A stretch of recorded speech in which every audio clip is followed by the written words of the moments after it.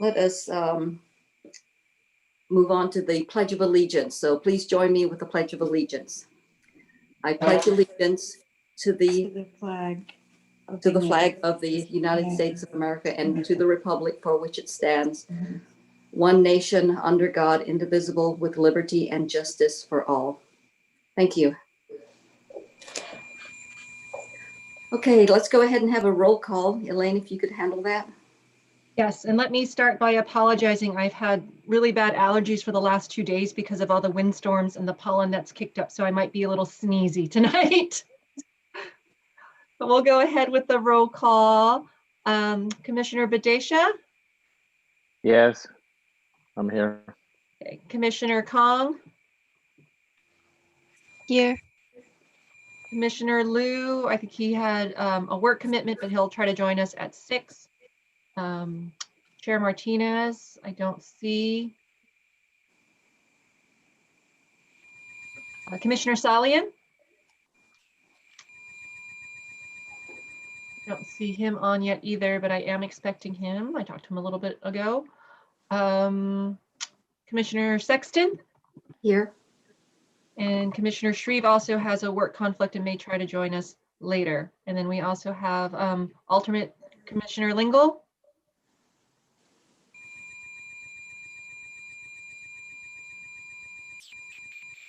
Commissioner Lingle, are you here? We see you. Your name anyways. Yes, your audio and the video part isn't working too well.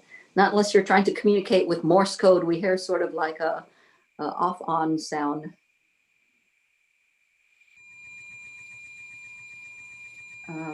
Nope, it's not working. Maybe if you try to disconnect and reconnect.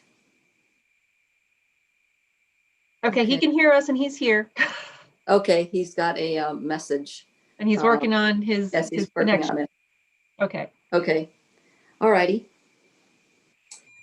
And then our new council liaison, Councilmember Chua, is here.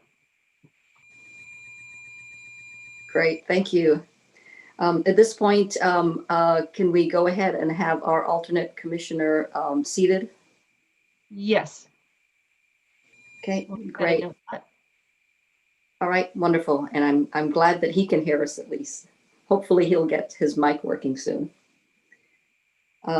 Okay, so let's move on to the approval of last month's meeting.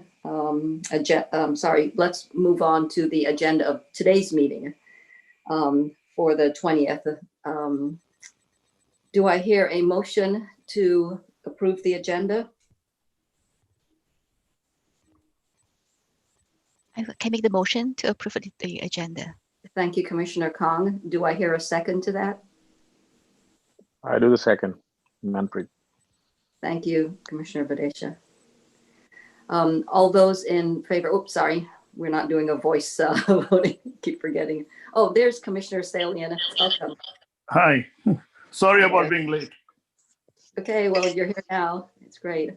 Elaine, if you could do a roll call of the vote. Sure thing. This is for the approval of today's agenda. Perfect. Commissioner Badesha? Yes, I do. Okay, approved, thank you. Commissioner Kong? Aye. Commissioner Salian? Aye. Commissioner Sexton? Aye. And Commissioner Lingle?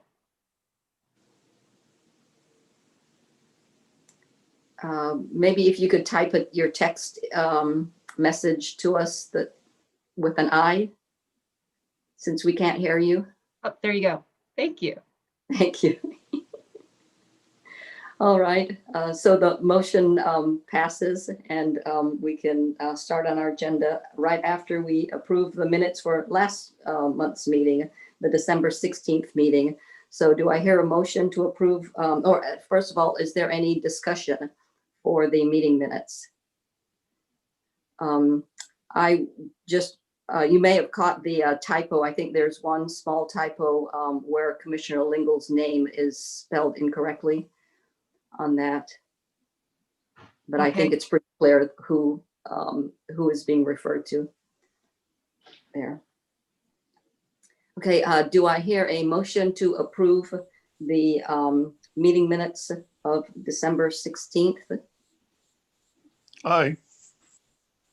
Thank you, Commissioner Salian. Do I hear a second to the motion? Can make the second. Thank you, Commissioner Kong. And let's go ahead and do the roll call vote on that. Great. Commissioner Badesha, Aye. Commissioner Kong, I, Commissioner Salian, Aye. Commissioner Sexton, Aye. and alternate Commissioner Lingle. I think he had to step away. Oh, he There says he aye. is. Great. Great. Okay, the next agenda item is the public forum. So do we have any members of the public attending? Commissioner Sexton, we have one attendee, but I do not see any hands up. Okay, great. So at this point, there's no public comment. So let's move on to announcements. Do we have any announcements?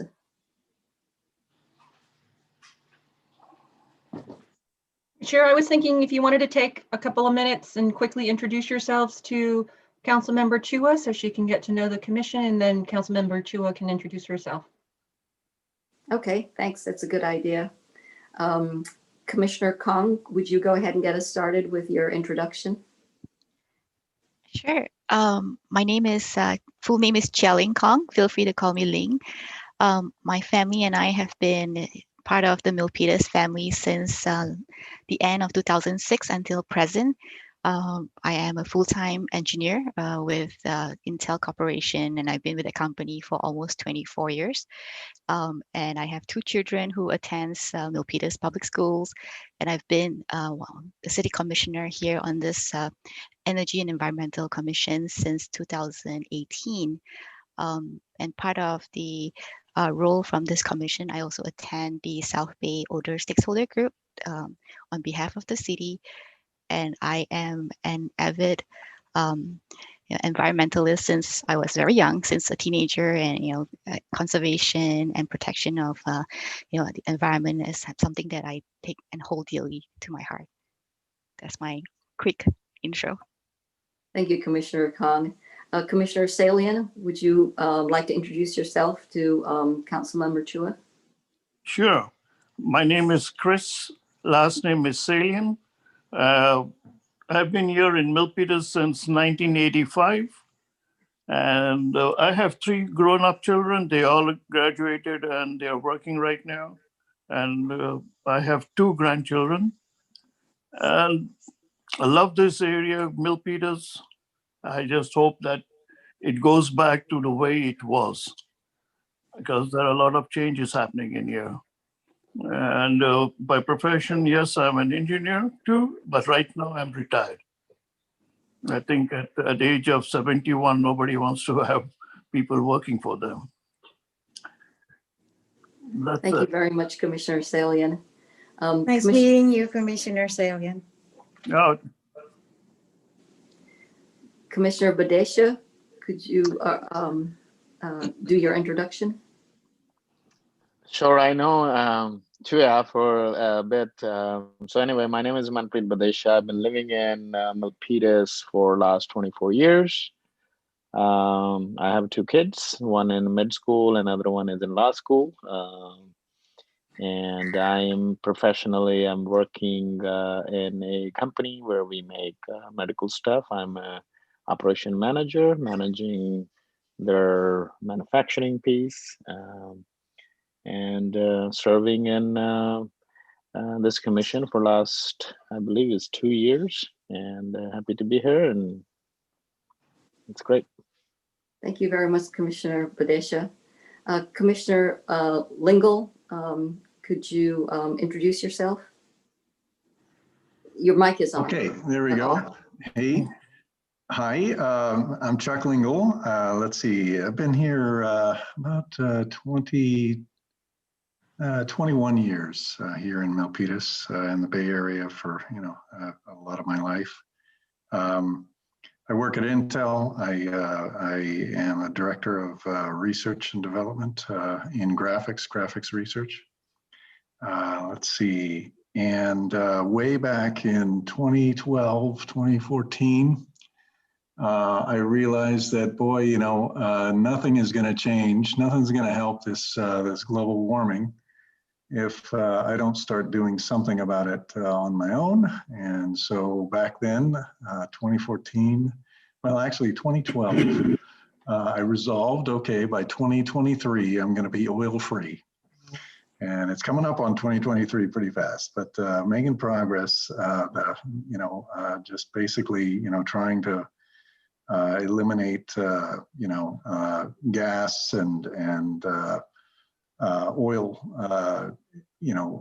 petrochemical related products, from, our household. And a few years back, I started paying attention to, ever since this commission shifted to sustainability, I was interested in it and started coming to the meetings last year and became an alternate. So good to be here. Nice to meet you, Commissioner Lingo. And I know Commissioner Kong and Commissioner Manpreet for a while. Okay, wonderful. I'll give you a little quick background about myself. I first saw the beautiful Milpitas Hills in 1988, and they were just beautiful. I moved to the city in 1991, so it's coming up to 30 years. It's been a long time. I am also a retired engineer, so I think there's a pattern here. But several years ago, I did change from the technology sector because I did want to become more involved with sustainability and sort of a different approach to be able to apply my engineering and product management skills to different areas. So I studied building performance and got into the energy efficiency for residential purposes industry. And then also started working for a nonprofit doing environmental outreach and sustainability outreach. And so that's sort of my two areas, but I also volunteer with the county to do in the composting education program. So that's a really big love of mine in order to share the wonderful activities and the great enthusiasm and satisfaction that one can get when you understand the cycle of life and how to be able to implement that. So Council Member Chua, I extend it to everyone, but if you ever want to talk about composting, please contact me. And I also volunteer 2 to 3 times per year to do the workshops in Milpitas on composting. Well, I'm a member of the Milpitas Garden Club, and Right. we kind of have a background on composting, and we would love to have you speaker as soon as the pandemic is manageable. So I'll be happy to do that that. would be awesome. Nice Thank you. meeting you as well, Commissioner Sexton. Great. I think those are all the individuals that we have online today. Okay, that's great. Any other announcements to make? Oh, and actually, Councilmember Chua, why don't you introduce Sure. yourself to us? I'm the new council member, as you know, and whether you voted for me or not, I'm gonna serve all of Milpitas. And thank you for the support of the residents. So make the best of it and make sure to serve our community, our residents, our businesses, and everybody.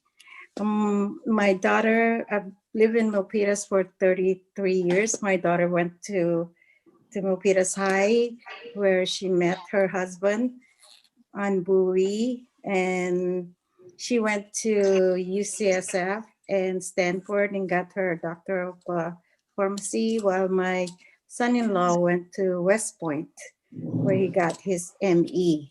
So my background, actually, I'm used to be an IT project manager, started out as a programmer, third generation language, and I went to system analysis and then project management. So I'm kind of like technical on that side. I got my master's in human resource management. So it's kind of left brain, right brain. So I'm kind of like in the middle. So I really enjoy living and giving back to the community here in Milpitas. And I'm excited about this commission because I attended the board of directors. Was it last week, I think? And I found out that through the efforts of the leadership of Director Tony and Elaine, we got 700 something. We are two of the cities that got grants from the Clean Energy board. And we got $700,000 for the resilient development enhancement over at the senior center. And the other city that got the grant, they got Montezurino got 18,000. So we're good. We got 700 and they got 18. So congratulations to everybody. I'm looking forward to working with you, partnering with you. And as I said, I'm a liaison to many commissions, and actually the youth is asking me to find a commission to partner with them on any projects, whether you have or they have. So it's open. And also I want to say that Mayor Tran created the homeless task force. And please, if you're interested, please apply. Shoot me an email and I'll CC the mayor. Because when I was at the Planning Commission, I was also chair of the Water Task Force.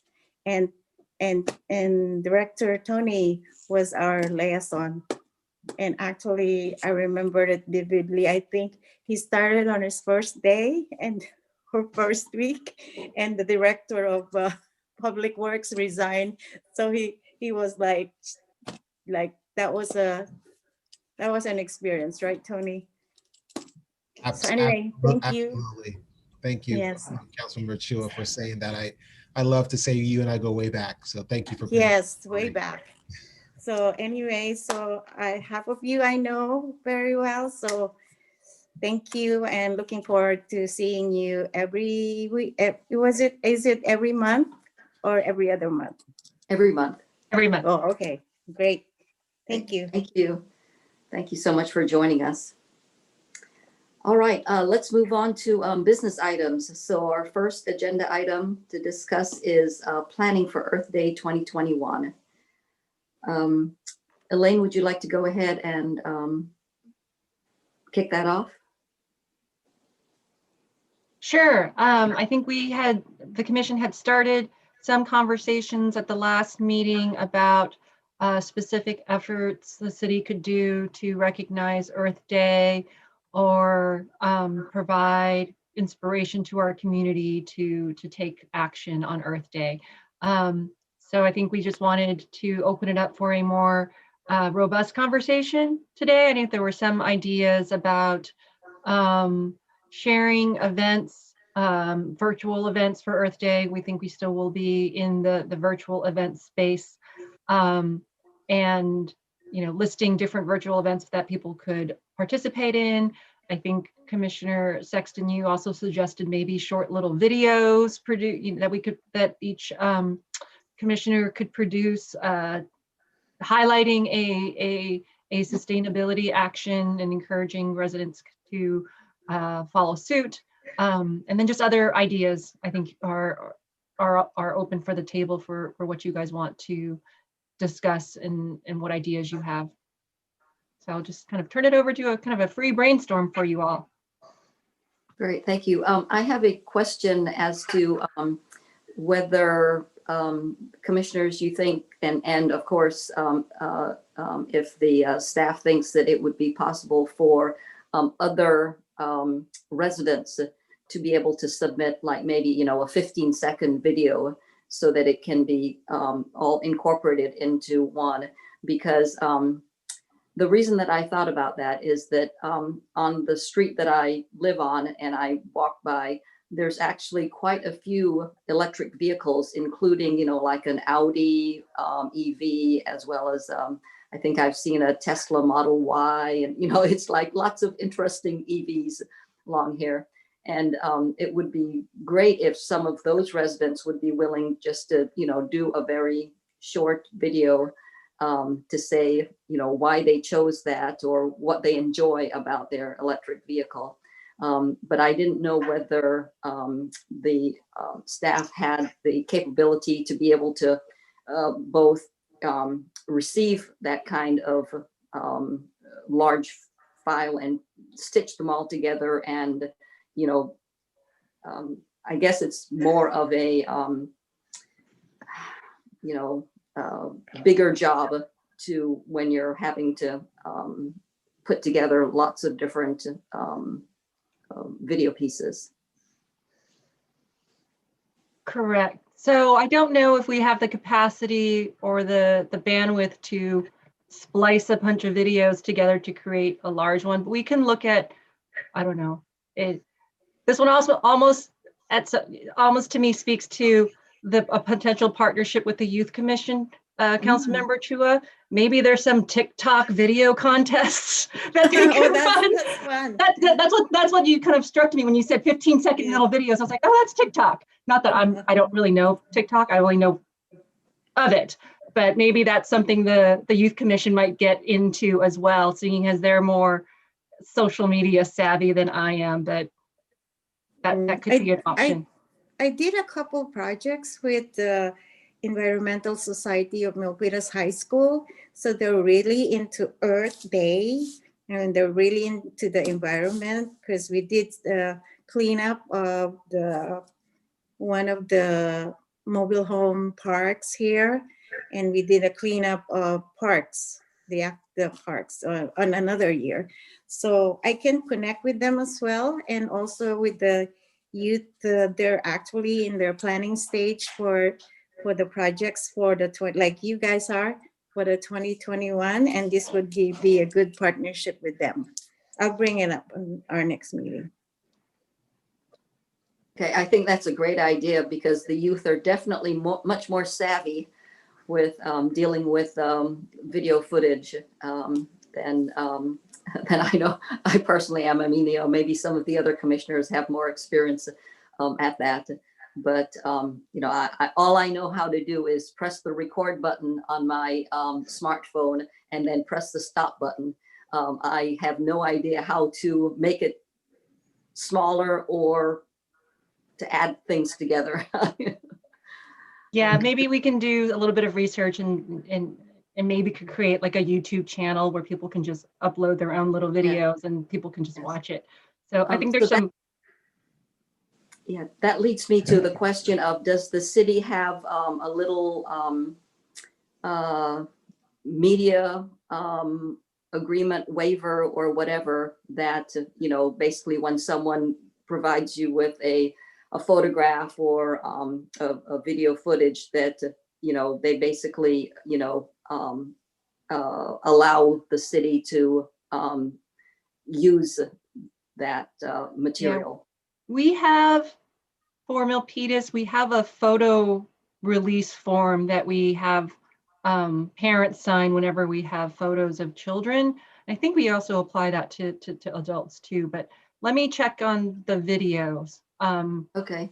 If we don't have one. It may just take, you know, revising the photo agreement to just add video content to that. Yeah, when I was at City of Sunnyvale, we had a couple of youth video contests. So I'm sure I can get their release form as well. So, Okay, that would be great, because I'd love to sort of have that and, leave a note on some of my, because I don't know all of my neighbors, so, to be able to leave a note on their, under their windshield wiper that says, you're invited to, make a short video to share with the rest of your Milpitas residents. I think that would might be get some interest, and it would be great for me to be able to say, and please contact this Milpitas High School student who is, willing to assist you on that.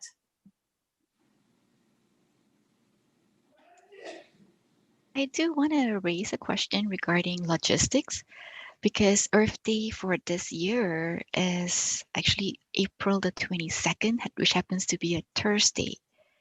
Do we foresee, like, for example, since we want to include something in the local context, do we want to align our virtual event just for Milpitas to the same day, or do we rather have it on the weekend where perhaps there might be a lot more viewership since students will not be stuck to school and adults won't be stuck at work? Do we see that alignment to a particular weekend, either the Saturday or Sunday right after Earth Day? It's a good point. Well, but these, I guess if we're doing anything live, then yes, we would. But I think most of this is going to be, canned beforehand. So if it's canned, then let's just put it up, on that day. Certainly, on Earth Day. And have it up for a week or two, you think? Yeah, just leave it up. Yeah, definitely. There's no hurry taking it down, after Earth Day. But yeah, you're right. If there's anything local that we want to do somewhat live, then maybe the next Saturday would be appropriate. Yeah, that's a good point. Okay. Sorry, I had to turn on the light. I realized the sun had gone down and it was getting dark. Yeah. Okay, Elaine, do you have any idea of what, in terms of on the virtual side, were you thinking of a particular time for a virtual event, or having a web page with all of the information that can be left up for an extended period of time? at least the latter, at least a web page with a listing of virtual event opportunities, whether live or, always available. And I think, I think it's up to the commission if the commission is interested in doing a live local event. So, yeah, that I would leave in your discussions to see if there is something that is of interest and warrants a live local event. All right. So we should definitely, come up with a nice long list of things that could go on the webpage, both, videos and resources and links to other things that would be that has relevant information for Earth Day. But at this point, we probably should be making a decision on whether either on Earth Day itself, on the Thursday, or on the following Saturday or Sunday, to have some kind of live virtual event. So does anyone have any ideas on, their advantages and disadvantages to that kind of event?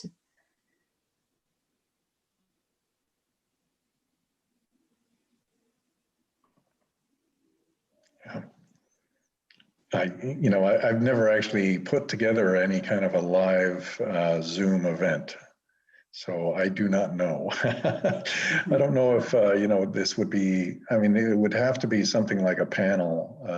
Again, it can't be face-to-face, so it'd be a panel or something like this, or, maybe something around announcements. If we have, Milpitas has any announcements like, an update on our EV fleet, or maybe from the CAP, findings or something like this, maybe we can put a panel around that and actually have, something live. And that, in that case, that would be, good to put out there over on the Saturday event to get more viewers. Would it make sense, Elaine, to try to combine a community comment section for the CAP update to get some community input to the CAP as part of the Earth Day live virtual meeting? Yes, we could do that, and I think we are scheduled to do community engagement and workshops in either late March or early April, and then you'll see as the second item for tonight's meeting a preview of the online dashboard and tool that we'll be using for ongoing community engagement, and then after adoption of the CAP for ongoing updates and monitoring as well. So I think there might be some opportunities for something like that. Okay, that would be great, because that having something like that as a centerpiece where we're, asking people to participate live but virtually to the CAP, but then at the same time we have the opportunity since people are going to be online to show them some of the videos that are posted on the website to be able to highlight, this is what we're doing in Milpitas. This is what your neighbors are doing, and maybe even talk about what some of the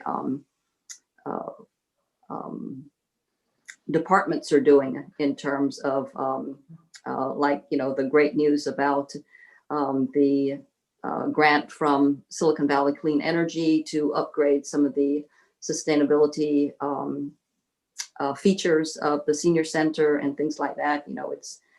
I think some of those things, they happen and they're not widely known to happen. And so it's really something to celebrate, because Earth Day is a day of celebration, and to also get people involved to be more environmentally aware during the year.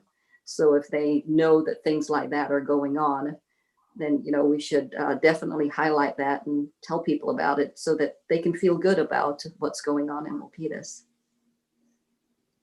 Exactly. If there's any other activities that we can, or announcements that we can plan for, like I've mentioned, some kind of change in our fleet to electric.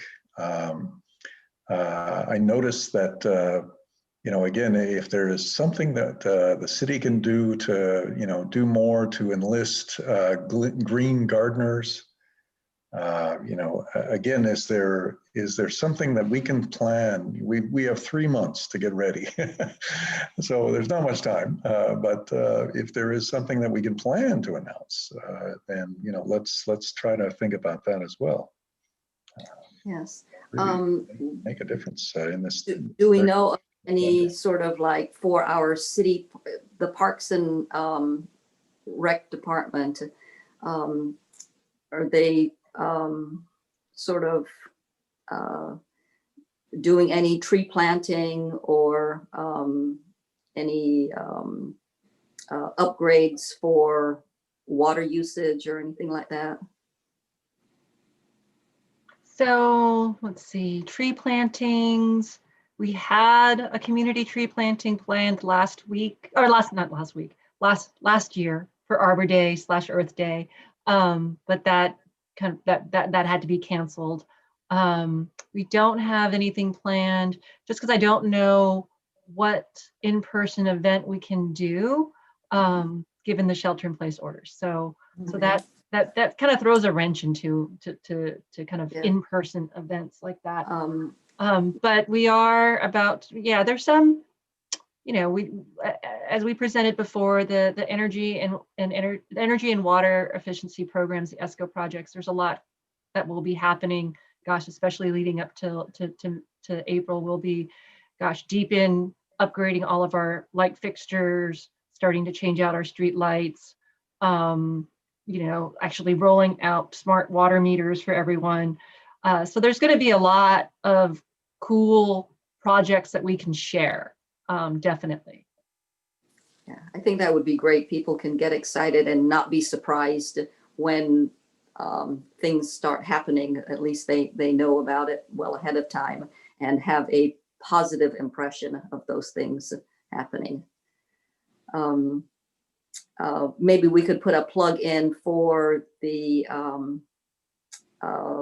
creek cleanup in the fall, you know, sort of get people thinking about it early, because last year we all, you know, we had to change it. Instead of having people gather to do the creek cleanup, you provided your department provided those kits, and I want to let you know that I was able to put that to good use again this Monday. So the my MLK service was to go out and pick up more litter. And we can do that again. We can provide more kits if you want, or you know, April to be you know, service to the earth month. And I think that would be great, because one of the really big advantages I saw to doing litter pickup when it's not too hot was that I didn't get exhausted, you know, 10 minutes into being out in the heat. Right. So with the temperatures being more moderate, it was definitely more enjoyable for me to do that. So here's Commissioner, oh, sorry. Go ahead. Go ahead. Oh, I was just going off the creek cleanup. I just wanted to let you guys know that we've been in contact with the Teen Center, and they are trying to work to organize a where the teens can clean up some of the city parks. So Recreation is working with us on kind of getting some of the litter supplies from us, and then they're working to organize that with the teens. So that could be something that we help promote, or they would have information as well. Yes, that would be great to promote that, or even if they, by then, they might have had one of their park cleanup events. So if they knew ahead of time to, you know, that they wanted to take some video, and then for our virtual meeting to have one or two of the teens that participated in it sort of present to talk about, you know, here's why we wanted to do this, here's how we did it, and here's the result. That would be a great, you know, 5-minute section of the event. And I So think I have it's a good. oh, Go sorry. ahead. No, after you, of course. I was just gonna support, you know, what Linda brought up, because I think Earth Day this year, the theme is Restore Our Earth, and they have on the website an event sign up, or at least an event registration, and any community that is going to organize like a cleanup and so on, we can actually register that event on the main Earth Day website. That way we can make it as a community event that's not just for Milpitas, but open to anyone who wants to be engaged in this year's Earth Day. And I think that idea of partnering with the youth and cleaning up the park is really great, because you know, youth are the one that has a lot of energy, but also you know, having the community to be aware of it, and you know, cleaning up is currently an issue that we can see that a lot of areas in Milpitas definitely could use a lot of help. I know that there has always been a confusion over where the jurisdiction falls. Is it under the city? Is it under Caltrans? Is it under the railroad and all those things? But at the end of the day, it is our community. And regardless of whose jurisdiction, I think if we can get our people and our neighbors and friends energized about participating in at least doing our part to clean up, I think that's a really good thing, and could be one of the top event that we would have for this year. Indeed, I really like this idea. Here's, a complimentary idea. Just going back to the whole video thing, if we look at the logistics of actually collecting videos, this would be a kind of a call for videos. There would have to be some kind of an event or something, that announcement that comes out saying, hey, we've got a call for videos. And so anybody who wants to talk about, their electric car or any of this, let's give them a channel to get those videos in, and the release form signed and all that. So there's an upcoming, logistics challenge to get that started, a call for videos. But I propose that we actually formulate, so I'm going to go back to my suggestion last year about the whole Give a Hoot commercials from the EPA. I still am a big fan of those commercials, and I really like the concept of giving a hoot. And so maybe we do something like Milpitas Gives a Hoot channel on YouTube and do a call for videos. But connecting it back to the cleanup, again, the challenge of cleaning up or doing a cleanup event is that again, it's all remote. Everybody has to be separated. So you cannot have actually a group. This has to be a separated thing. And folks have to, be fairly loosely organized. But doing a call for videos, you could couple it into that and say, okay, here's a heat map of where all the trash is. And, there's like, oh shoot. Ms. Kong, you've mentioned, there are places where there's just a lot of trash collected. And so maybe the city could, put out a suggestion of, hey, these are the areas where, we do need attention. And then put out a call for videos. And so, at the end of it, we basically have a video channel, posted out there starting on Earth Day and on into, the Saturday after, that is this Give a Hoot, Milpitas Gives a Hoot, channel that has videos of all these people cleaning up. They're basically doing a before and after kind of thing where they get to, call out their civic pride, and, their involvement. And we basically get the word out saying, hey, there's a lot of people here who really do give a hoot. So join in. Wondering if we can, channel it in that way. I think that's a great idea.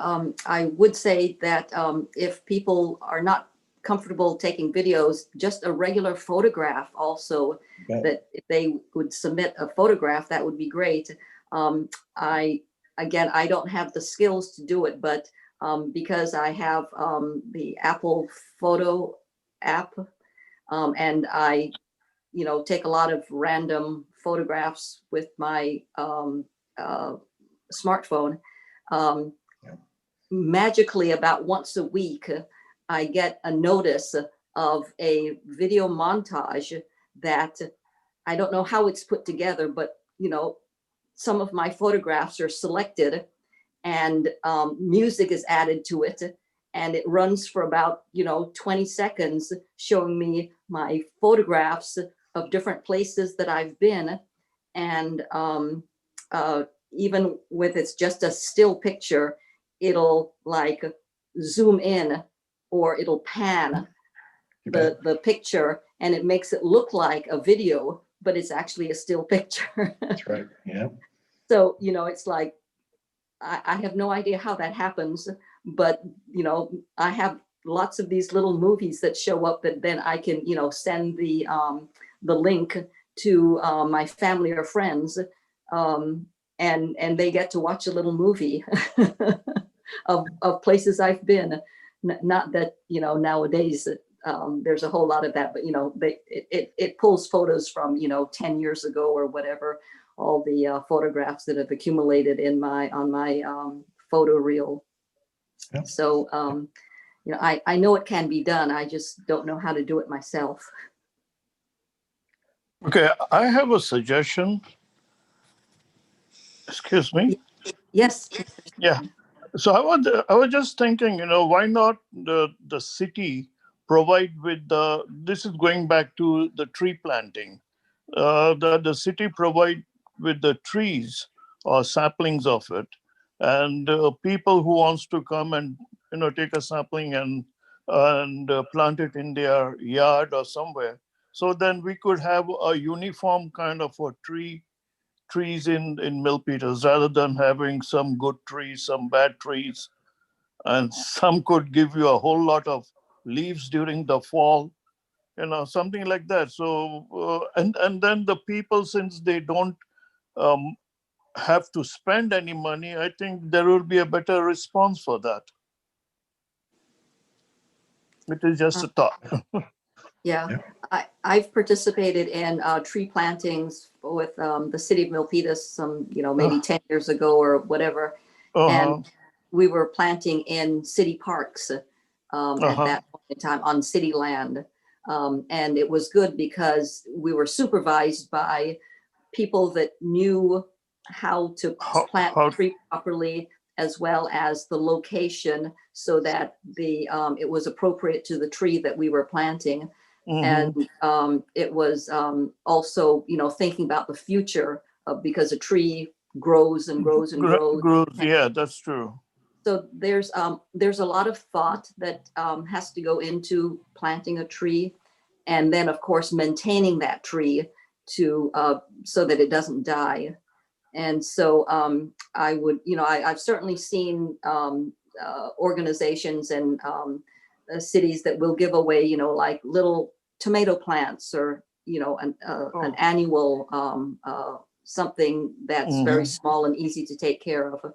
I'm not sure whether a tree is a much bigger responsibility for someone, and they might plant it in a place that the roots may then cause problems with the sewage drainage pipelines, stuff like that, or it's too close to the house, and after 10 years it starts to erode the foundation or something like that. So yeah, there is a point over there, but I think if in case, you know, a person like us, you know, who could guide them, or we give them a guidance, okay, this is where you need to do, this is what you have to do, and do's and don'ts for a tree. And I think that could be a better response for it, you know. But if you tell somebody go plant a tree, they'll say, hey, I don't have money for all this. It is just a thought. well, I guess I'd have to check to see whether there's trees can be quite expensive if you want to get this sort of the appropriate one. So I'm not quite sure what kind of budget would be. Yeah, that is what we have to look into. What kind of a budget, and how many trees are we allowed to plant, and how it goes around. And I can speak briefly to that, Commissioner. Sure. So the city does have a approved CIP project for tree plantings, but right now our focus in Public Works is replacing all of the trees at the vacant sites first.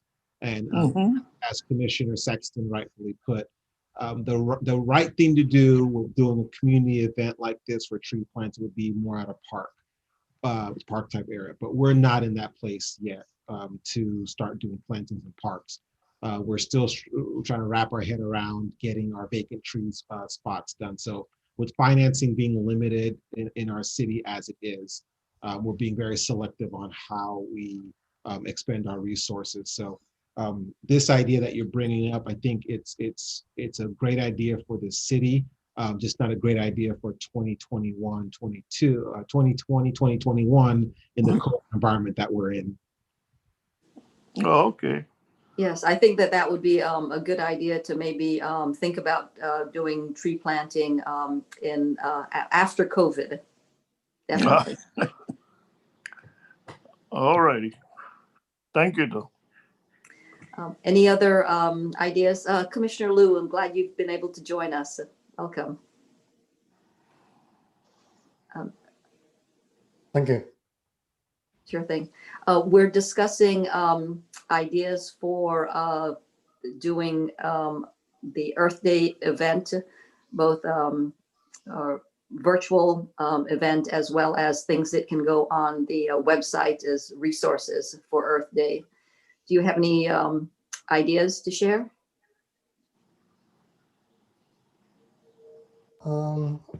What I seen here is when I was there's a lot of garbage lately around the city.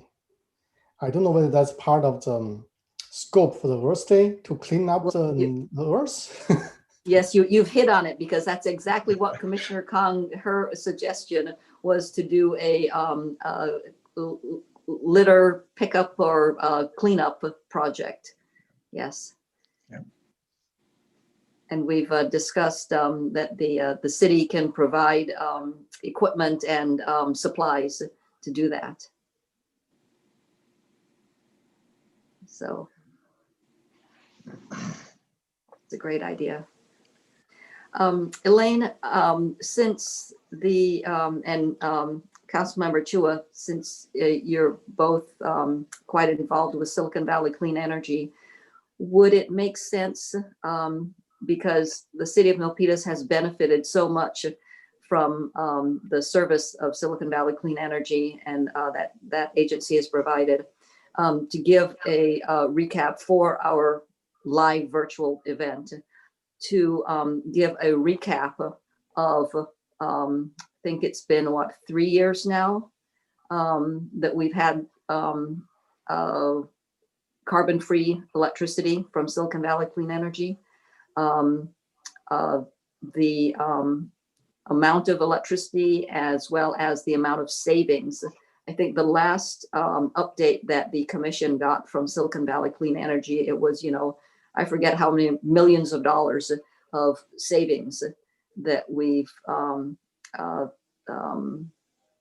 account holders have saved by purchasing clean electricity through SVCE. Yes, I'm sure we can invite SVCE to be a part of that, the live event and provide Yes. an update. Even if they can't do it live, for them to, do a 30-second, 1 minute or 2 minute video and send it to us to share live. Sure. Yeah, I can I'll reach out to Pam, their communications manager. They are pretty open to participating in events, and I'll give them the opportunity to share something recorded if that doesn't work for them. Okay, yes, that's great, because they would normally have a table at the Earth Day event if we could have one in person. Yep. Yeah. Yep.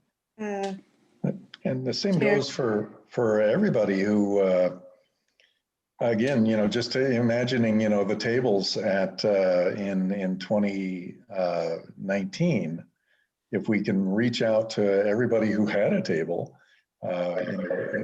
that would be good as well, just to see if any of them, want to have a presence here. Yeah. Yep, that's a good idea on that. Councilmember Chua, you had a comment? Thank you, Commissioner Sexton. I would suggest, since you have 2 major events, I would suggest to create a subcommittee for the Earth Day and the other one for the CAP.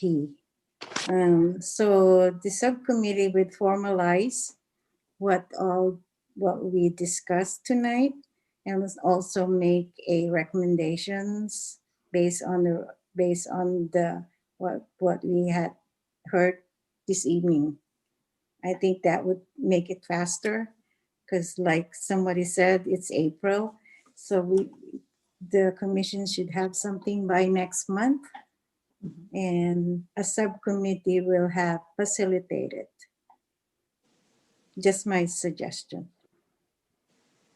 Yes, Councilmember Go ahead, Chua, Elaine. that was kind of the earlier intent, was to form a subcommittee to work on these, but I think given direction that we received from the city clerk's office, even the subcommittee meetings would have to be noticed and held publicly, which is a little bit labor intensive on city staff. So we were asked to kind of merge these meetings, but I can revisit that as well and see if that direction has changed. Because that's what we have at CAC. And that's what we have with the youth commissions. They have subgroups. I don't know how difficult or how burdensome that would be. It's Okay, a normal, we have several. We have several at CAC. The youth commission they have like 4 or 5 subcommittees for the different tasks that they have this year. So we Good might to know. wanna Let me find out if there's a different way that we can organize subcommittees with this commission so that we can have the work divvied up. Yeah. Right. Okay. Okay. Thank you. Sounds good. Thank you, Councilmember Chua. So for this discussion, the sort of open discussion that we've been having, I think that we've gotten quite a good list of ideas that we need to sort of boil down into, well, now what's actually doable, and then have a commitment for a schedule and milestones on that. Yes. I just remembered something, Madam Chair. One of the groups that are really into cleanup are the church groups. If you are affiliated with any of the churches, they're very good in volunteering in terms of neighborhood cleanup. So I would suggest that to the commissions to tap on that. Not just the youth, but also the churches. Yeah. They like to do that. You bet. Okay. I think we have a lot of good ideas and some concrete things that staff can take back and figure out logistics for, things like the videos and definitely a focused litter cleanup activity and campaign is definitely quite possible. And I'm hearing interest in some sort of local live event that celebrates and recognizes some of the good work that's happening here in Milpitas. So I think that's a great start. Let us take back some of these and figure out some of the technical pieces, especially with the video clips and things like that. And we can bring that back and share that with the commission. Well, another addition to the cleanup, like city cleanup. So can we make it like to incentivize people to join the earth cleanup?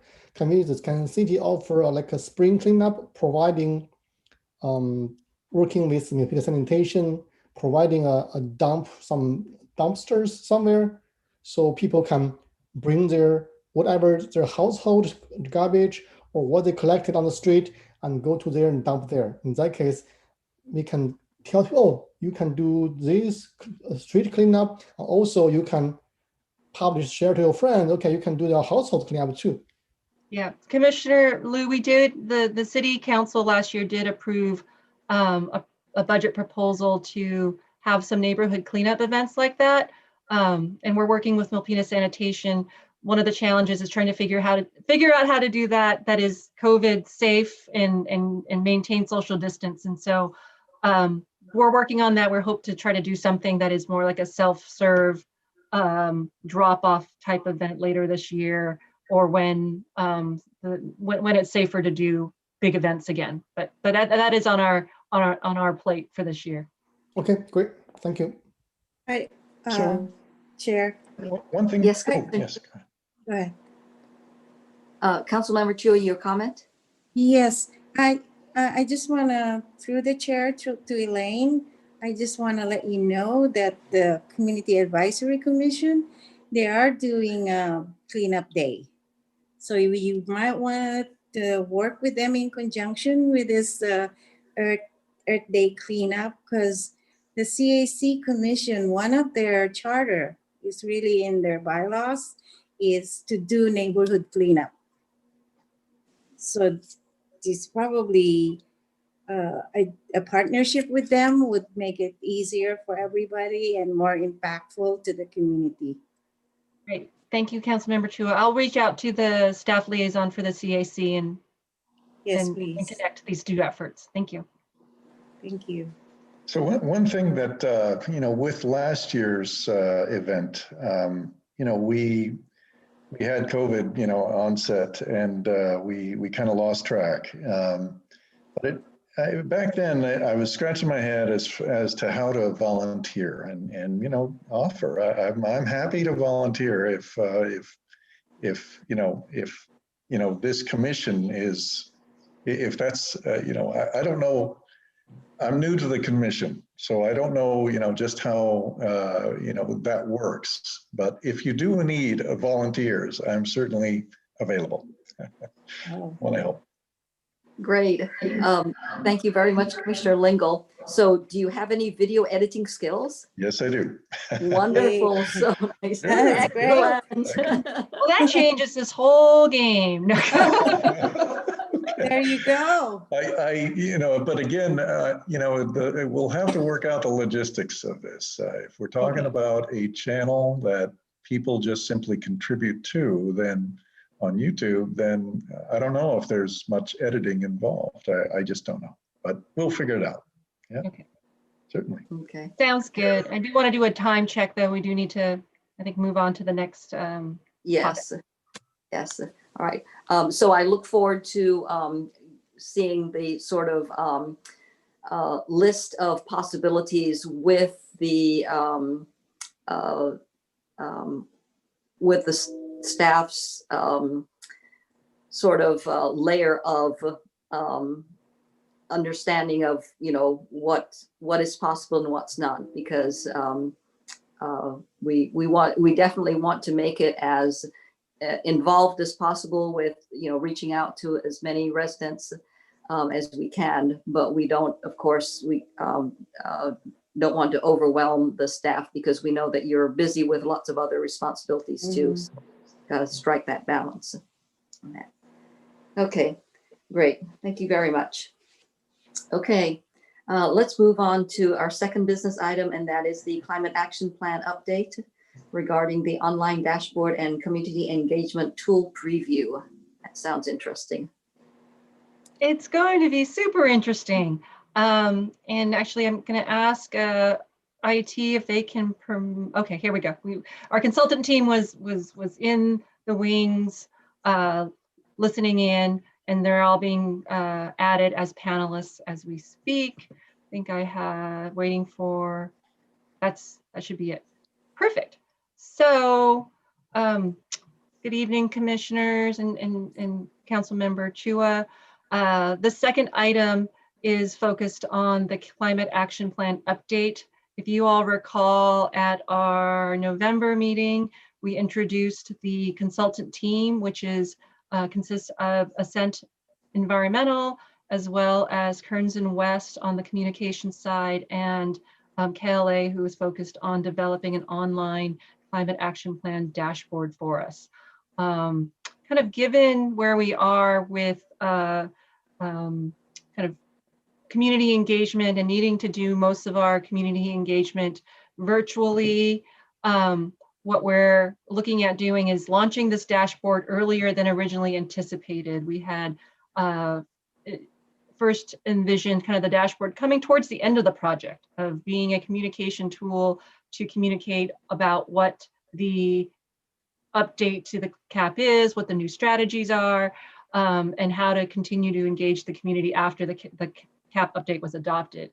We've since then kind of reimagined communications and are launching this dashboard earlier, hopefully sometime next month, so that we can use it as a springboard to a conversation with our community about climate action, what the update is, and to actually use it as more of an interactive tool and get feedback on the CAP update as it's happening. And so we have the team here today to give you all a preview of this online dashboard and walk you through it, talk about some of the functionality we envision kind of launching in various phases through the project, and then get your feedback. As well, I do want to also say this is one of our community engagement tools. We'll also be looking at and hosting some virtual workshops for the community. We're also working with some youth over at Milpitas High School and their civic engagement club, and looking for them and working with them to sponsor some other engagement as well. So with that, I'm going to turn it over to Therese, who will kind of do an intro of the dashboard and then hand it off to the various team members from here.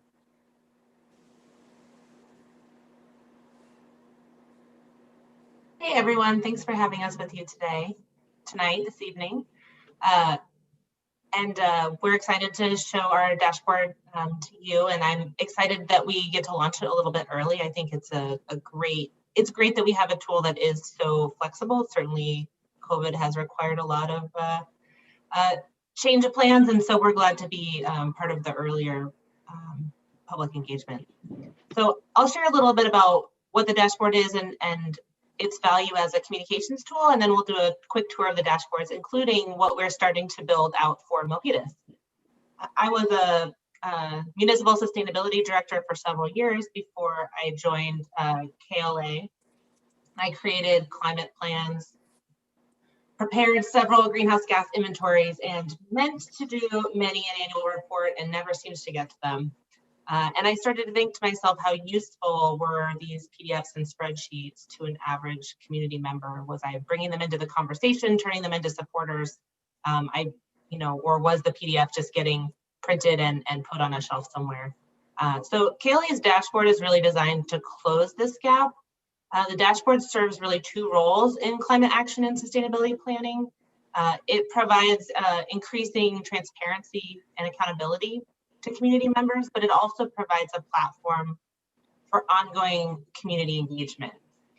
Visitors to a dashboard can track the implementation of actions from a climate action plan, and they can also see the real results of those actions. So namely, how much progress are we making towards the goals and targets that we set related to each action.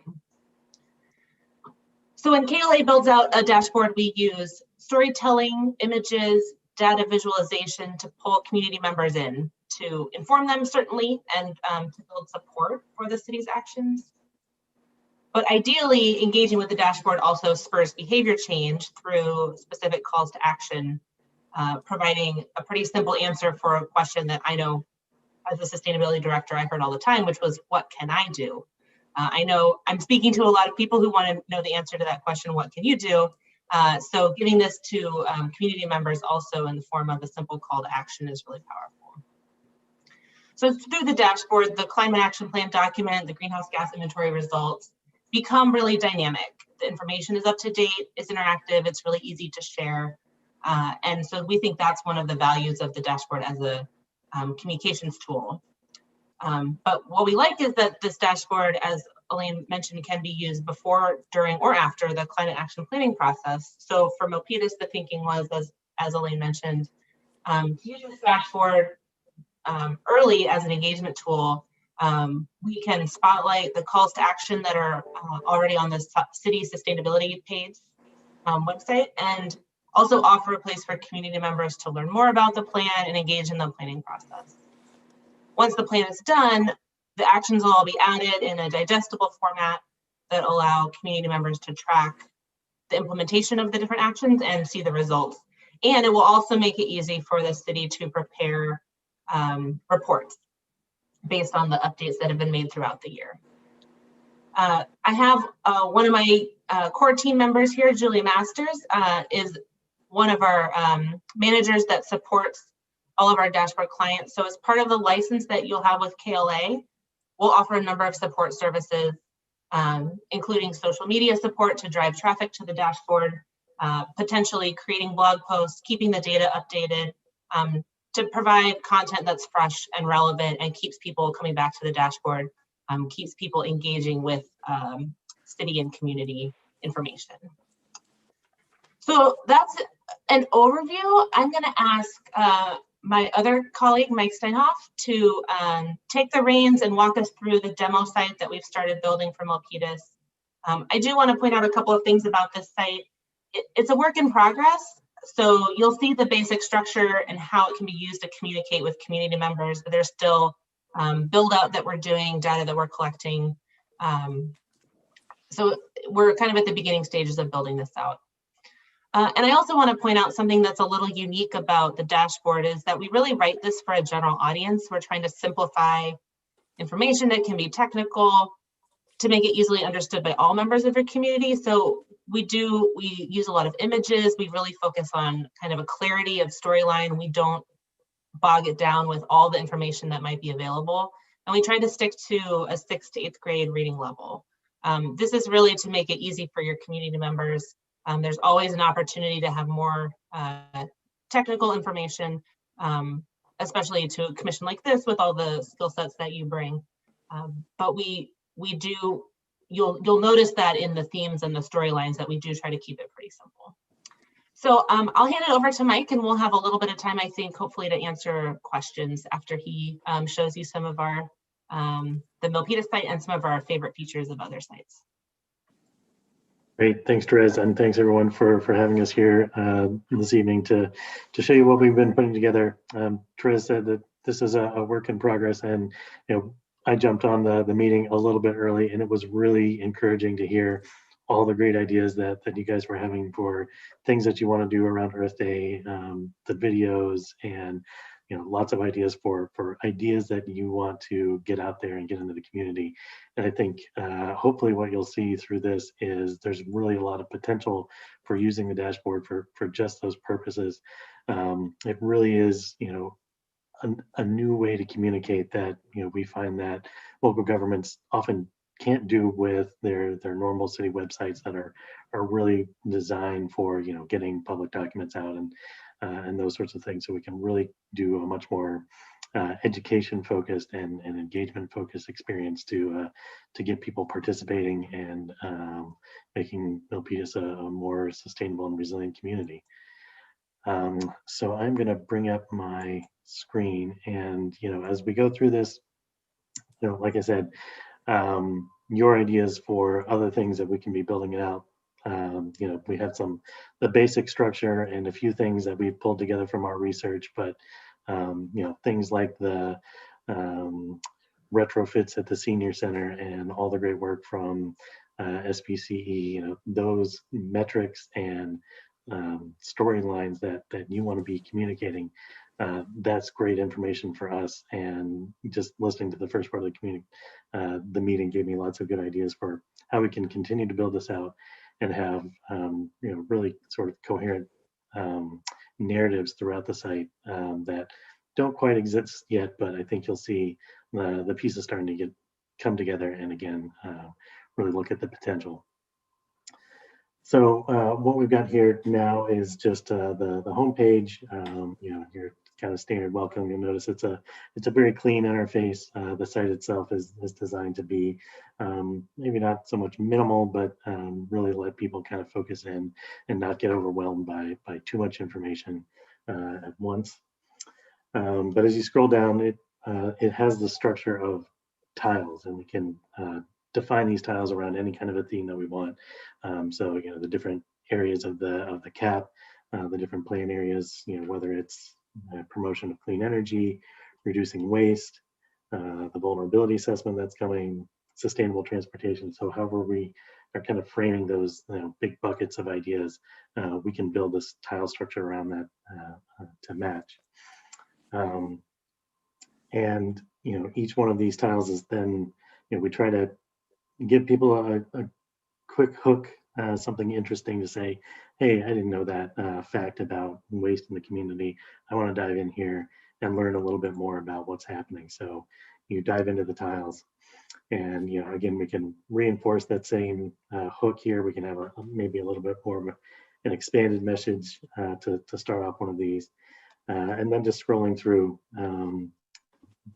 always having a nice image paired with the message that we're trying to get across, things that are happening in the community, communicating about different concepts with infographics, that sort of thing, and connecting people to local efforts. So there's not a lot that's built into this, but one of the big components of all of these is getting to the end of one of these tile sections where we can then link visitors out to all the other information and the different sites that are out there. So it's connecting people to those composting resources, or finding out more about what's going on with the sanitation department, and how to recycle right, and those kinds of things. So again, giving them that message, how to understand how these things are related to advancing sustainability in the community, and then driving them right to the calls to action that you all want to be promoting for folks to get involved. If I go back up to the dashboard, I'll show a couple other examples of some of the things that the dashboard can do. We can have lots of different media types of media within one of these.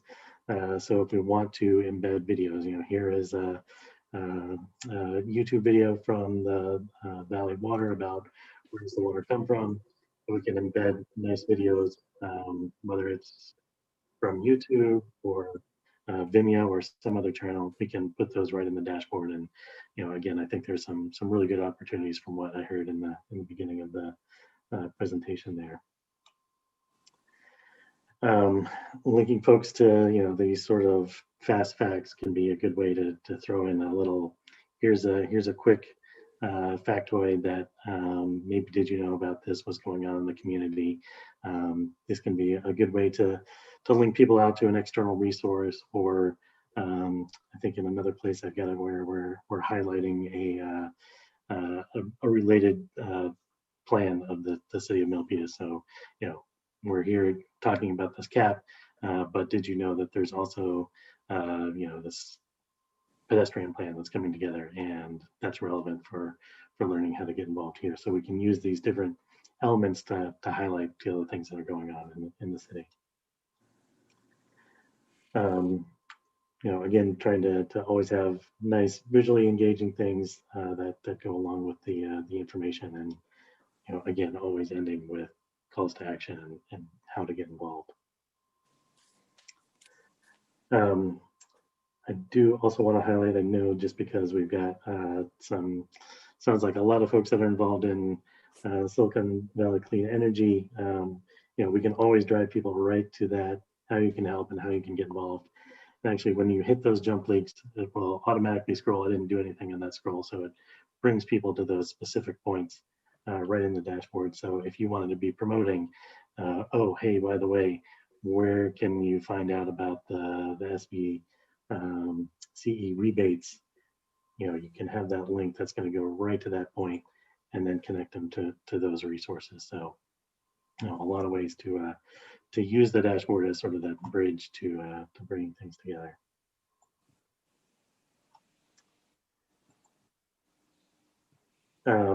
One other sort of big thing, of course, is besides videos and images and link out to documents and so on, is more of the interactive chart components. So Hannah and the Ascent team have just been finishing up the greenhouse gas inventory, and they were able to share that data with me last week. And so we started to put together what some of that information is going to look like. And this is really a much better way maybe than a static report for people to experience this and get involved with the data. So we can start off with some narrative around understanding the greenhouse effect, for example, but then dive right into your data. So this is coming directly from that inventory that was just finished. So we've got, how has the city's emissions changed from 2005 to 2015 to 2019. We can add in some interpretation here, explain what is going on in this chart. But these are also nice and interactive. So if you wanted to, say, turn off things and say, well, what's just happening with building energy, for example, or what's happening with transportation, you can interact with these charts in that way.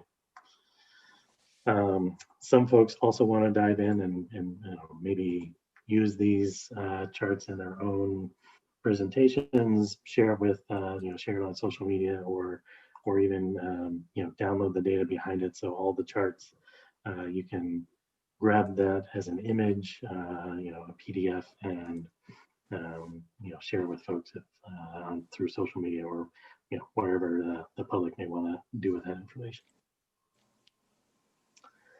So there's a lot more other ways that we can break that information down. We really have a lot of ways to do different kinds of visualization. So here's just the 2019 inventory, sort of broken out by the different sectors, what's happening in residential energy, non-residential energy, what are the individual sources within the sector, so you can kind of highlight those, where's all the fuel use happening, where's the natural gas happening, that sort of thing.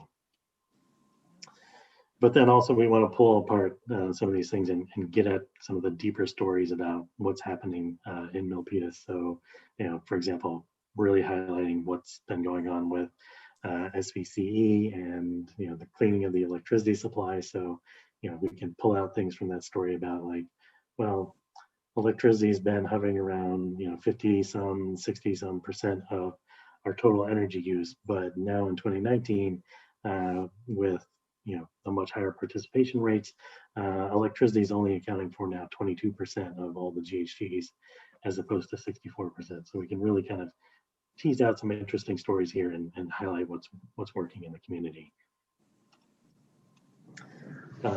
Also being able to sort of track different things. So if we wanted to do ideas like, well, what's actually happening with energy use in general? Is it going up? Is it going down? Sometimes you can't tell that from just looking at the total emissions picture. So that's one of the things that we do to kind of break those things out and tell a much more rich story with it. We've also got the municipal inventory in here as well. I haven't done as much breaking that out quite yet, but the same kinds of things are possible within, really highlighting what's been going on behind the scenes in the data from the municipal operations. So that kind of chart treatment is something that we plan to do as more metrics come together. Some of those things about, like, how much money have people saved through SPCE, those kinds of things. Would love to put those into charts and give people a way to really interact with it and engage with it more. Quick question here: is this data accurate, or are these placeholders? The 2019, is this the inventory complete? This is the first draft of the inventory. I'm actually reviewing the technical memo right now. So this is preliminary data, but close to final. Wow, that's fantastic. Great. Yeah, close to final. These are, I would say that this is probably how things are going to shake out, but yeah, this is definitely, like, we haven't totally put the seal of approval on this, I suppose. Cool. Thank you. Yep. One other thing related to engagement, and I'm going to scroll down here. So I've got a tile here for get involved. And one thing I want to know before I dive into that is that these tiles are also really flexible. So as we want to highlight different things, we can move this up. Maybe get involved is the thing that you see front and center. Or when Earth Day rolls around, maybe there's a tile that's just collecting all those Earth Day materials, and we want to put that up front and center for that Earth Day weekend so that people can find it really easily, and then maybe we can move it away. And those kinds of things are really flexible. We can do them quite easily. So I wanted to just note that that's there.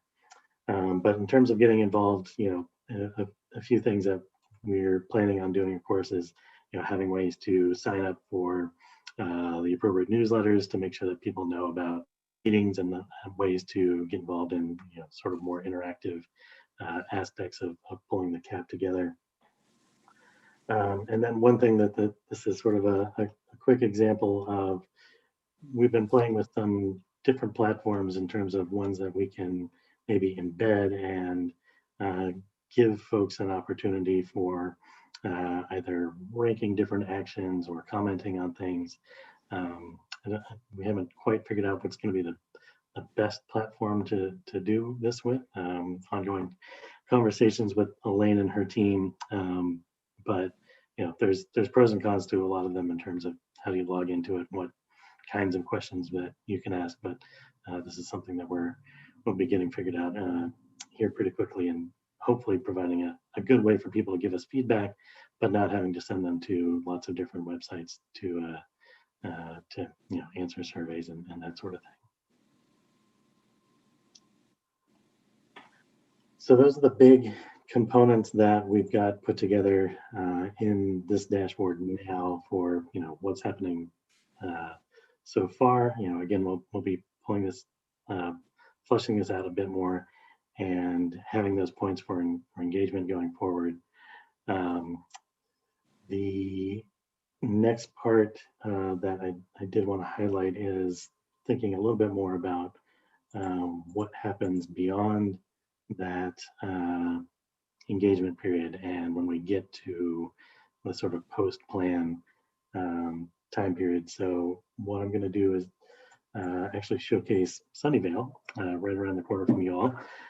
We just recently launched a site with Sunnyvale, so you can see what kind of the final, after your plan is done, some of the things that you'll be looking forward to. So in this case, in addition to their dashboard, which has that same kind of tile set up, they went with this sort of sports theme about a scoreboard. So we went with this, but this is really your action plan page where we can talk about what's been going on with the progress that you've made to date, for example.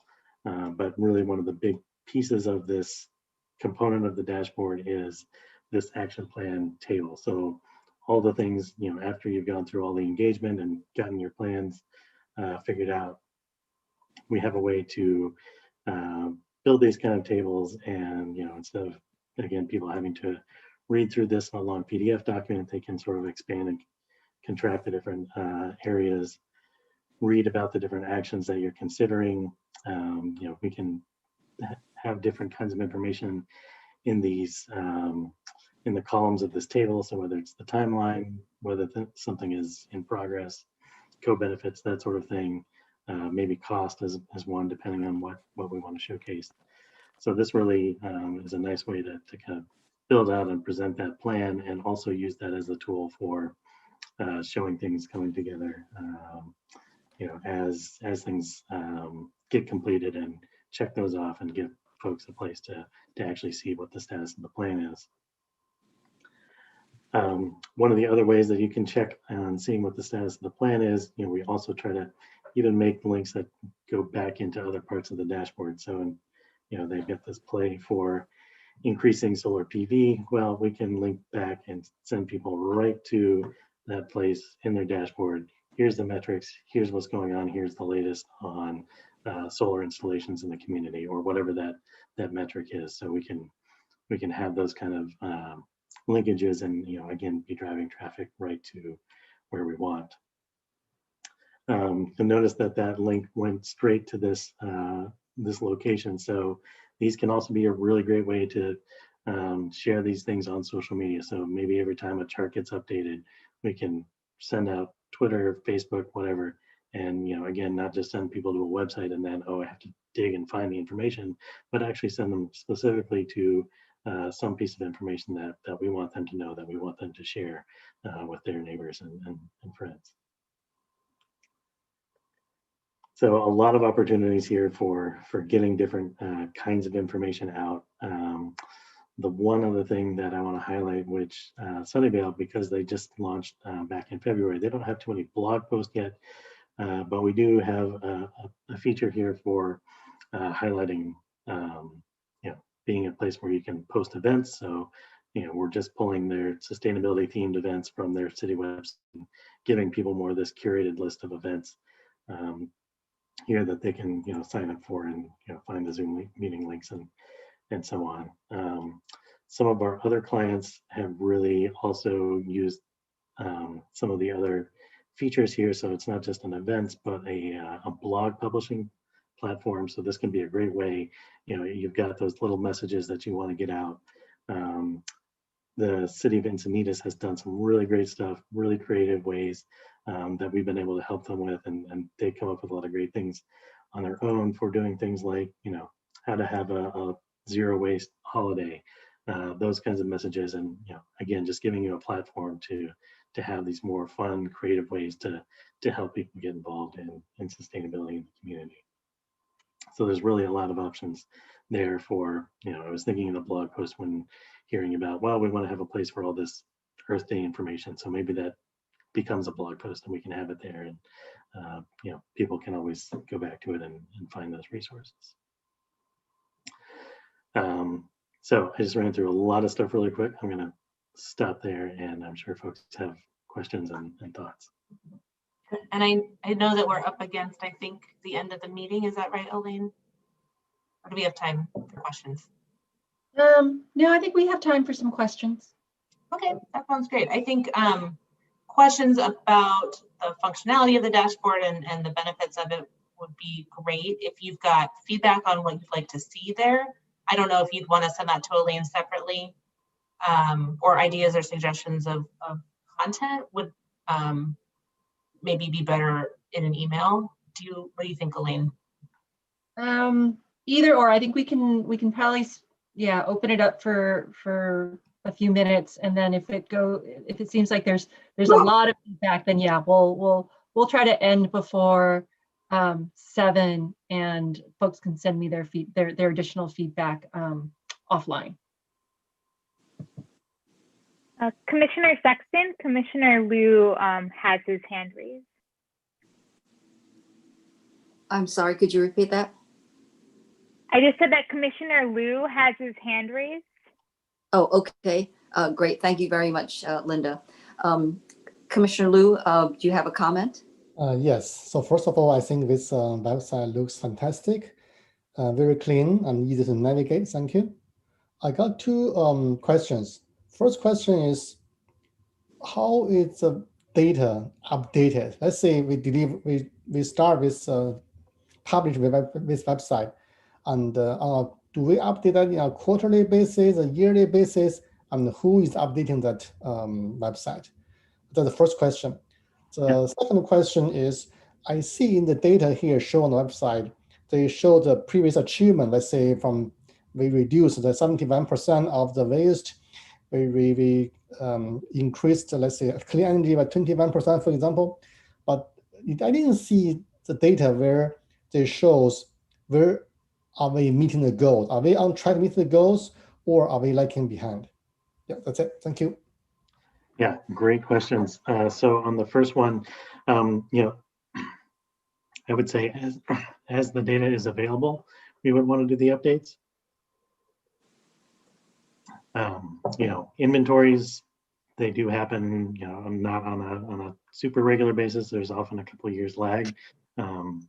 But really at any point when there's a new piece of data, we can come in and update that information. So Therese mentioned that we're on call as long as you're using the dashboard to help do that. But actually, we'll train city staff, and the back end of the dashboard is actually meant to be something that people who are not technology savvy at all, there's no coding involved. It's kind of a nice wizard interface for creating the charts and those sorts of things, so we can make sure that the town staff and lots of our clients have interns basically do it. So it's pretty accessible for making those kinds of updates.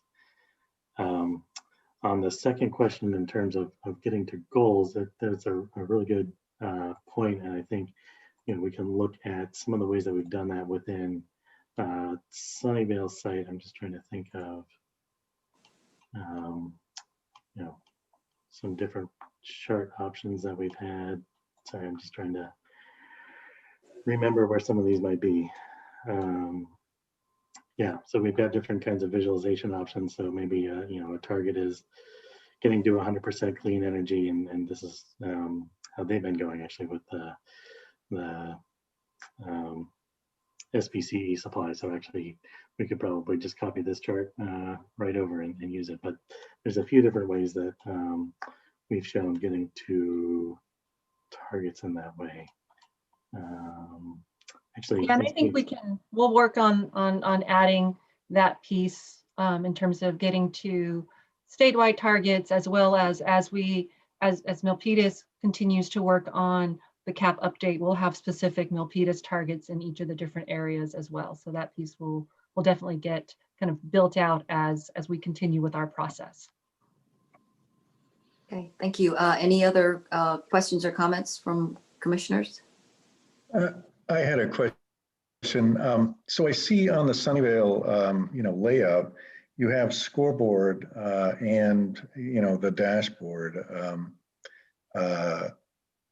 Let's see, I believe these are two different sections, although there is a lot of overlap in the tiles. Did you guys go through a deliberation on, joining these? Because again, it would be great to have that scoreboard information in there, right alongside, get involved. And I just wonder, did you guys go through, that kind of process, or, how to reach that, or, whether to, even consider joining some of these components, together off of the dashboard? Yeah, it's a good question. I mean, we definitely have spent a good deal of time with Sunnyvale staff and thinking about how we wanted to organize the information.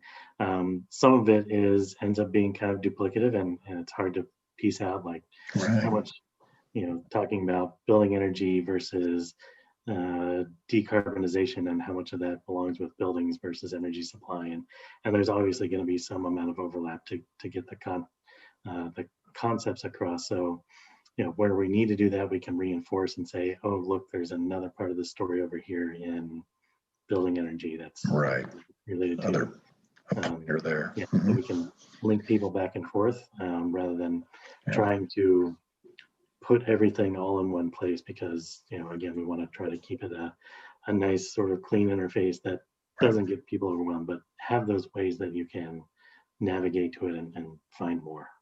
Yep. Okay, cool. Thank you. I have a suggestion, since this is a great layout, lots of information, lots of ways to drill down. That's great. Since the overarching idea of having this dashboard is to, inform people and then to get their feedback or get them involved, would it make sense, instead of having the get involved be a separate section sort of closer to the bottom, to have like maybe a floating tab or something on all the pages as someone is reading through it? Maybe the tab says, how to give your feedback, or give your feedback here, or get involved here. And so that when they're reading a particular section, it might be early, in the middle, whatever. And people don't normally take the time to read everything all in one go. So they may never, ever get to the section where it says, give your feedback. Yep. So it would be nice that as they go through each section, that they can immediately switch over, even if they only have 10 minutes to be looking at one particular thing, to have a floating tab that they can get to the, their engagement platform immediately, not having to find it at the end of the page. Yeah, that's a really good point. And I think we can find some creative ways to do that and make sure that those points are more easily findable. I think what we may be able to do, also somewhat dependent on the ultimate platform that we end up using for this, is maybe have some really targeted questions of like, okay, I'm in this section on transportation, and feed them the transportation questions that we want to have them answer sort of right in that space. That would be great. Kind of like those shopping websites where there's always something floating there that says, how can we help you with this, whatever you're looking at, we're always here, kind of thing. Mm-hmm. The other question I have is, since more and more people tend to consume this information on their smartphone, does this auto format for small screens? Yes, it does. I'm so glad you asked, and I'm embarrassed that I forgot to make that part of my my spiel here so I can actually sort of simulate this if I can get this thing to shrink down. Sorry.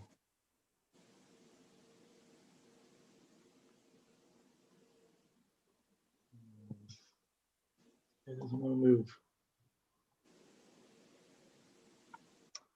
Anyways, hopefully you can see this where, you know, I'm simulating being on a very small screen and everything does resize automatically. It's all optimized for mobile, including including the charts and graphs. Will end up, they still show up nicely, even if you're viewing it on a mobile device. Okay, great. I definitely be looking forward to seeing the information both on a larger screen and small screen. Then for I guess people with a bit of vision problem like me, is there a way for the user to select the font size for the smallest fonts?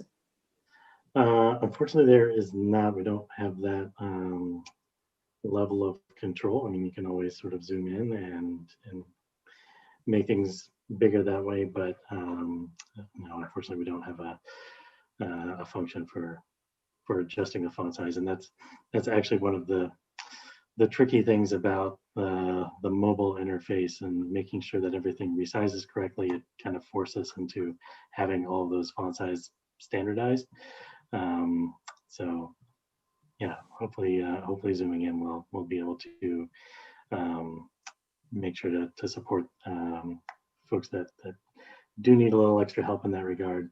But we do think about accessibility in a lot of other ways. So you know, I don't have it set up here. It's sort of a last finishing thing, but you know, we can do things like make sure that there's alt text behind the images, so if people are reading or using a screen reader, that you know, if there's a complicated chart or something there, that you know, a screen reader could read it to them and they don't have to necessarily be able to see it to experience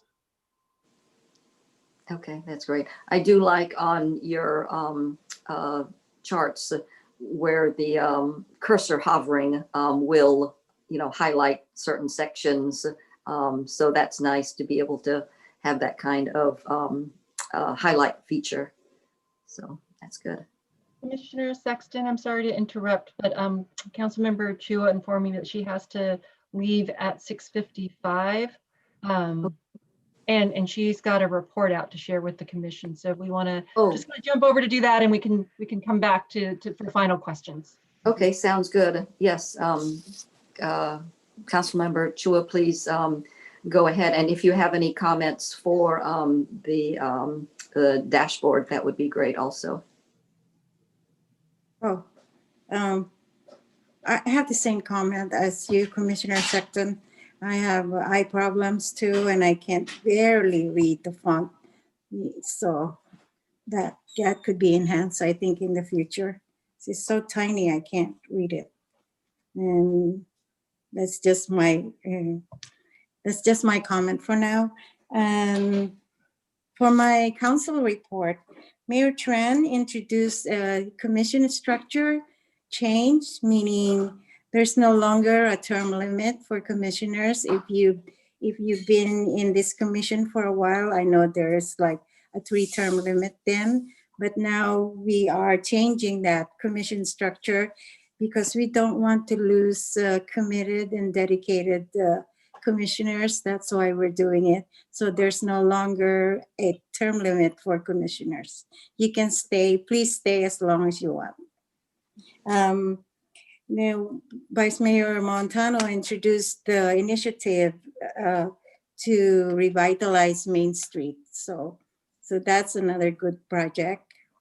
Hopefully it will be approved once all the pros and the cons have been identified.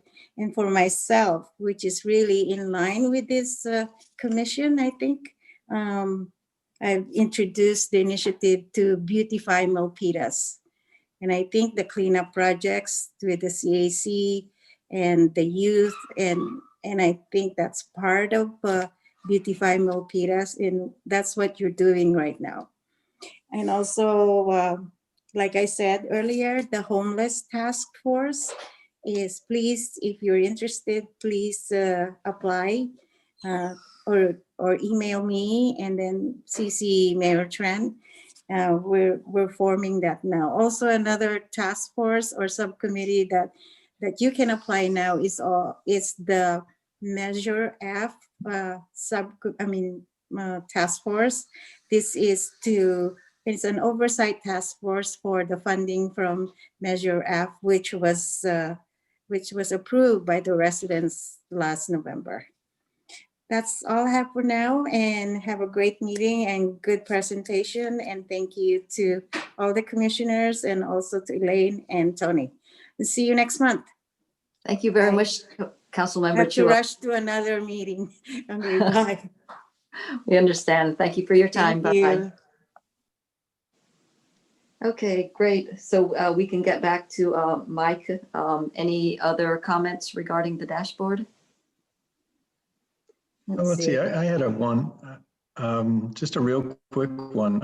So I'm looking over the sunnyvaleclimateaction.org website that you pointed to. Is that the name that you guys are going to be going with? Is it a Milpitas Action, climateaction.org kind of thing? It's not part of the city then? That's correct. It will end up being a separate URL that's sort of distinct from the city. I think I want to say it's sort of the reverse. It's I think it's climateactionmilpitas.org or Milpitas Climate Action. I don't remember which one we went with. So it's one of those. But it's off to the side. Yes, and then we will have links to it off of the Milpitas main page. You bet. Yeah. Yep. So you'll see on Sunnyvale on their, the town sustainability office page, they link to the dashboard. So prominently from there, and vice versa. We try to reinforce like, oh, by the way, there's more official stuff that's on the city government's main website, and point people to that when appropriate. I just wonder why it is that we have a different URL here. Is it just ease of update by KLA? Is that it's easier to have it off to the side, not actually part of the city's website? Right. It's not connected explicitly or in any way to the city's actual website. So it is something that we manage all the hosting and keep it live. So I see. It doesn't create any sort of extra work for the city's IT department, which I think they appreciate.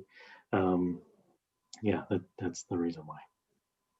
So I have a clarification question on that. So does it mean that a city staff member is not able to put any updates or add content to the dashboard? No, so we will also grant access to as many staff people as need to be able to manage that themselves and train them up on it. It's a pretty easy platform to learn once you've gone through a couple training sessions with us. So yeah, we'll make sure that staff has control over that. But we're also here as sort of the level 2 support. You get stuck or you want to do some new fancy kind of a chart, and that's what we're here for. Okay, so there will, I guess the contract covers your maintenance and hosting of the website for a certain period of time? Correct. Okay. So it's a full year from the plan, and then beyond that, then that'll be an annual subscription if you find the dashboard is a useful thing for continuing to support the programs. Yes, I'd imagine so, because the climate action plan will go for many years, and it would make sense to utilize the same tool. So definitely it would need to sort of get budgeted. Yes, indeed. Okay. Let's see, I've got one more, just going back to the Zooming. So I'm looking at Sunnyvale's website, and again, it's really nice. You guys are doing a great job here. But when it comes to Zooming, just addressing, I've got, I wear glasses as well and all that. You've got this ability to resize and basically reorganize the tiles. It would be great if you could kick in that resizing as you zoom in, so that you can actually see, the website is still, I don't know, it's not off the screen, right? So just a suggestion, if there's a way to actually, reconfigure the tiles on Zoom, that would help folks who can't actually read the fonts. Sure. Yeah, and I certainly don't want to give the impression that there's nothing we can do about that. I mean, we hope that this is the start of a long relationship with Milpitas, sure. And we're always improving on the platform, and the suggestion of being able to increase the font sizes and or be able to zoom just as you described. It's definitely something I'm taking notes, and we'll be bringing that back to the development team to see what we can do. It may not be immediate, but definitely something we want to make sure that it's meeting everybody's needs. Yeah.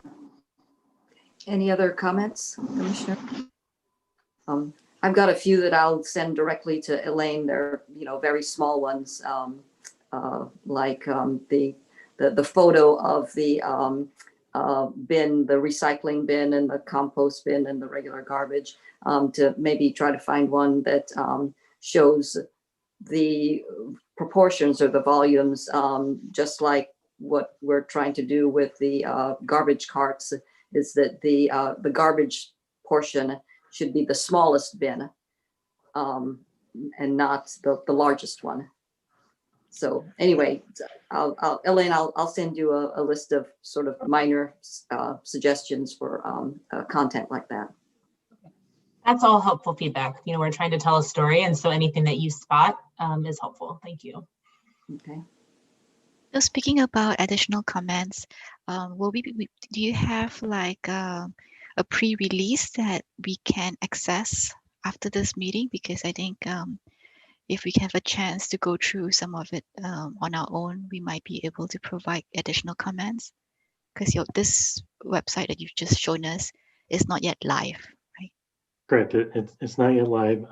What we can do is set up a preview site even before we put the official URL in it, and give you all an opportunity to review the material that's there before it that would be great. Officially goes live and we start promoting it. Yes, I wouldn't say we're at a review draft stage yet. Mike, would you agree? Not quite yet, but I think fairly soon. Mm-hmm. What is the timing of the expected timing of the release of the publication? So I don't think we have a. We have another presentation. I'm sorry. We have another presentation to our executive steering committee, which is all the city executive staff next week. And we're looking at hopefully launching this sometime in early February. Nice. So it would be a great platform to, as Mike was saying, host Earth Day activities somehow. Yeah. Mm-hmm. Cool. Yep, it would nice. be. Right. Any other comments for our presenters? Teresa, do you have, sorry, Therese, did you have additional information to cover? I don't know. I really wanted to just let Mike highlight the visuals of it and let you get your hand, not your actual hands, but let you see it. Okay, great. Yes, I think it's what you've shown us so far looks really good. It's some very good techniques and presentation of the information on that. Yeah, just a little more clarity though. You know, we talked about Sunnyvale's scorecard thing. When we do go live, will it be just the dashboard or will there be actually a scorecard, you know, equivalent to it as well? That will be part of it. Once the planning process is done and you've articulated all the actions and we have all that information, you know, as that all comes out of the planning process, we'll be building those additional pieces out. Yeah, okay, cool. Yeah, so we'll have phases as the dashboard evolves, as we move through the phases of the climate action plan update from where we are now to actually developing and getting feedback on the different strategies and actions to having actually something adopted, and then implementation and ongoing monitoring is kind of where Sunnyvale is using the scoreboard for monitoring their implementation. Thank you. Great, thank you. It's excellent. Great. Well, thank you, Mike and Therese and Hannah, the Ascent team. I think, yeah, you guys are doing a great job and really helping us kind of tell this story to our community. So thank you for your time tonight. Thank you. Thank you. Thank you. Okay, so moving on, If you have additional feedback, feel free to just email me and I will forward it to the team as you reflect on it after tonight's meeting. Okay, thanks, Elaine. We've received our city liaison report from Councilmember Chua. Do we have any reports from the staff? I think the other thing I would like to update you on is we did launch a Sustainable Milpitas newsletter. So we did send out the first edition in early January. I've meant to forward it to you all, haven't had a chance to, but I'll do that this week. And you guys can sign up to receive editions as well. I think we're looking at publishing the newsletter every other month. So the next edition will be coming out sometime in February. I apologize. Our first edition was in December. So the next one will be coming out sometime in February. And again, that'll be a new tool for us to communicate events, things happening, and also communicate opportunities to engage with the climate action plan dashboard and workshops and things. Okay, great, thank you. I don't have any other updates. Tony or Linda, anything from you guys? No further updates from staff. Thank you. I would just say that we are planning our BOSCA spring workshops. So these are related to water conservation. We do a variety from, you know, how to convert your lawn into a drought tolerant plant to additional tips on composting. So if you have any ideas of a workshop that you would really like to see for residents, send it to Elaine and me, because we're just drafting the ideas now for virtual workshops. Okay, great, thank you, Linda. Any other comments before we head towards adjournment? Great. I had one. Yes. One more. Let's see. Last month, let's see, Commissioner Liu and I don't know if it was you, Commissioner Salian. You mentioned permitting for solar panels. I'm wondering if there's any more information on, you know, what's involved. I'm up to 5 years now when I got our solar panels, and I didn't go through too many hassles with permits. I wonder if anything changed to you know, make it harder, or is there anything we can do or suggest to make it easier?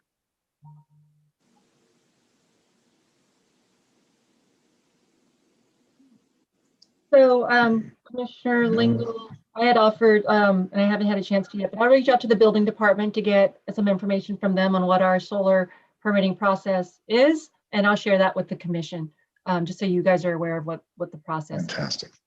Great, great. Okay, all right, that'd be good. Just wanted to follow up there. Well, that being all the comments and questions. Do I hear a motion for adjournment of this meeting? Aye. Okay, thank you, Commissioner Salian. Do I hear a second to the motion? Second? Thank you, Commissioner Lingle. Okay, Elaine, would you like to take a roll call for the Yes. motion? I think Commissioner Badesha had to leave early. So Commissioner Kong, Aye. Commissioner Liu, Aye. Commissioner Salian, Aye. Commissioner Sexton, Aye. and Commissioner Lingle. Aye. Okay, motion passes. Thank you very much, everyone, for your time. And look forward, I'm sure Elaine is looking forward to getting all the additional ideas and inputs from us by email. And looking forward to seeing everyone in about a month's time. Thanks a lot. Good All night. right, thank you. Thank you. Good night, everyone. Bye. Stay